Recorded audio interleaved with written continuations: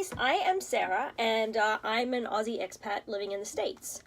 Well, I don't know if I'm really an expat anymore because I've been here for 17 years and I am technically now a US citizen.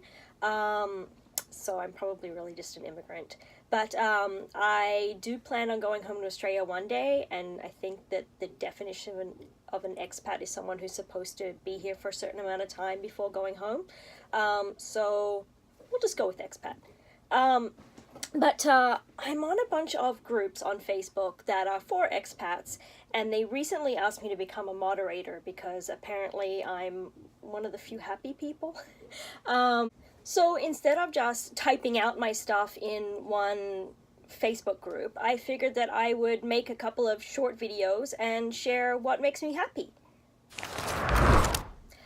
I think the biggest thing that you have to remember when you immigrate somewhere is people always complain it's not home, it's not home. Well, of course it's not home. You've left home. You've chosen to move to another country.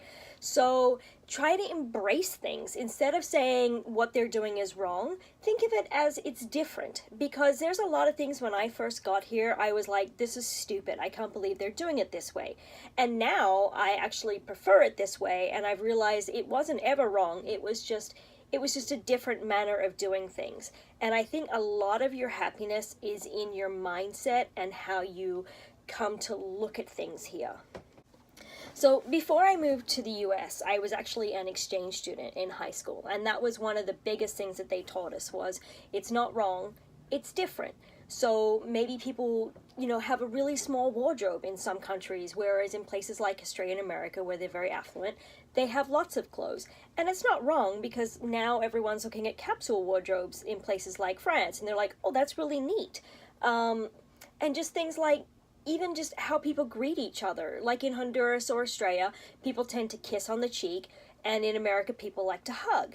And when I first moved here, that freaked me out because I'm not a touchy-feely person. But it's weird because people think that kissing is way more intimate than hugging, whereas I see kissing as an air sport and you're not really touching, and you may touch a cheek, whereas hugging can be like a whole body affair. And now I'm a hugger. I've lived here long enough that I've succumbed to the hugging, and I think I freak people out when I go back to Australia and they kiss and I go in for the hug. Again, it's not wrong, it's just different. The other thing is, always remember that you made that choice to move here. Like, a lot of us came here for work, or, move overseas for work, and I think it's easy when you go overseas for work because you're pushed into the new things and you wanted to be there. It was your choice. And I think it's people that came here for love and marriage who have a harder time.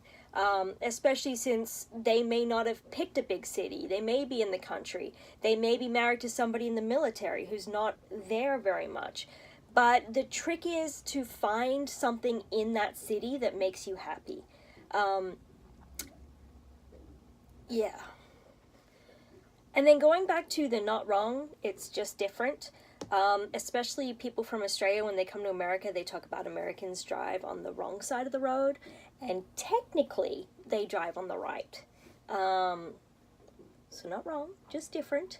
But just try and keep that in your head. Anytime you come to a situation where you think, this is stupid, it's wrong, it's not how I do it, it's not how I grow up, maybe they think you're wrong. Maybe if people came to your country, they'd think that you were doing things wrong, and that would be offensive to you. So try not to offend people by telling them they're wrong to start with, and then they might like you more and take you into their circle, and you'd make friends, and then you'd be happy. So just always remember, try and trick your brain into looking at things differently. Even if it's the knife and fork, and people here very much irritate me because they don't use a knife and a fork the way we do. But sometimes I'm lazy and I don't want to use a knife either. So just every situation you can look at it and you can train your brain into enjoying it by saying it's not wrong, it's different. Anything, literally anything, you can look at it that way. So that's my 2 minutes for today. Train your brain to be happy, man. And you'll love it. Eventually you'll love it, and you might not want to move home.